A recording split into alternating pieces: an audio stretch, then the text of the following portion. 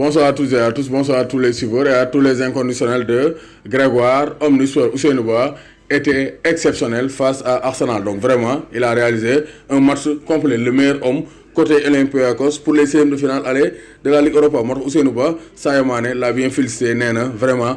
Quel match Ousseynou Ba Olympiakos vs Arsenal. Donc c'est vous dire que Sadio Mané c'est dans le match et Sadio Mané content donc sur la prestation de son compatriote Ousseynou Ba. Donc Ousseynou Ba vraiment il est bien plébiscité pour connaître sa première sélection face à la Guinée-Bissau et avec cette belle performance. Vraiment, c'est un match de référence. Donc, Ousseynou Ba, nous connaissons depuis que nous sommes Gazelle Ajaccio. Red Mounio, pas aussi s'est blessé, moi je change joué et depuis lors, il s'est installé comme titulaire dans la défense de l'Olympiakos avec le Portugais Ruben Semedo. Et depuis lors, il a match de mais match d'Embi, c'est un match référence. C'est comme le match Gana Gueye Paris Saint-Germain face au Real Madrid. Donc c'est un match référence et il a répondu présent. Donc il a réussi le test face aux Gunners d'Arsenal. Donc Moro Sadio Mané quel match donc s'exclame Sadio Mané confirmant donc vraiment les propos du commentateur qui a donné Ousseynou Ba, homme du match Olympiakos Arsenal. Donc Sadio Mané a aimé la prestation d'Ousseynou Ba. Bientôt ils vont se retrouver en sélection.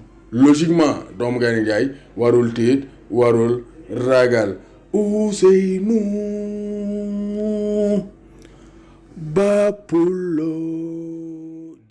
Résultat Ligue Europa Dame Ndoye buteur donc Dame Ndoye Maguette Djiné lu mu màgget na dese ay ngelaw yu mën a joomal gone donc Dame Ndoye reste toujours compétitif et buteur avec Copenhague. Donc il a sauvé Copenhague lors de la manche aller contre le Celtic Glasgow. Donc l'attaquant international sénégalais a remis les Danois sur les bons rails à domicile alors que mën nañoo gagné sax mais il y a un joueur danois qui a raté un penalty. Donc ñoom dañoo match nul.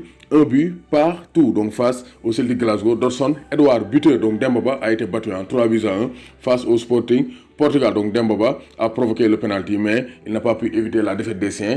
3-1 donc Ousseynou Ba a été exceptionnel mais il a été battu par Arsenal 1-0. Ça c'est l'expérience. Donc gis nañ ni am na Sénégal yu bari joué Mawloum Ndiaye avec Porto il n'a pas joué. Krépin Diatta blessé n'a pas joué. Youssouf Badji n'a pas joué. Amandia Diédhiou non retenu dans la liste de Getafe pour la Ligue Europa moom aussi joué. Donc gis nañ ne Stéphane Badji aussi bokkul woon ci feuille de match Ludogorets bi bokkul. Donc gis nañ ne leurs équipes se sont inclinées. Leverkusen dafa dóor Porto 2-1. Manchester United ak kii di Bruges dañoo nul 1 but partout avec un but d'Anthony Martial et un but aussi du Nigeria Bonaventure Emmanuel donc qui a marqué l'ouverture du score pour Bruges. Ajax dafa dóor 2-0 kii di donc Getafe moo dóor Ajax 2-0 et Inter Milan moo dóor kii di Ludogorets bu Stéphane Badji 2-0. Donc Amandia Diédhiou ak Getafe ñoo gagné même si Amandia Diédhiou bokku ci Ligue Europa bi parce que inscriruñ ko sur la liste de Getafe pour la Ligue Europa. Donc gis nañu Sénégalais Dame Ndoye dafa match nul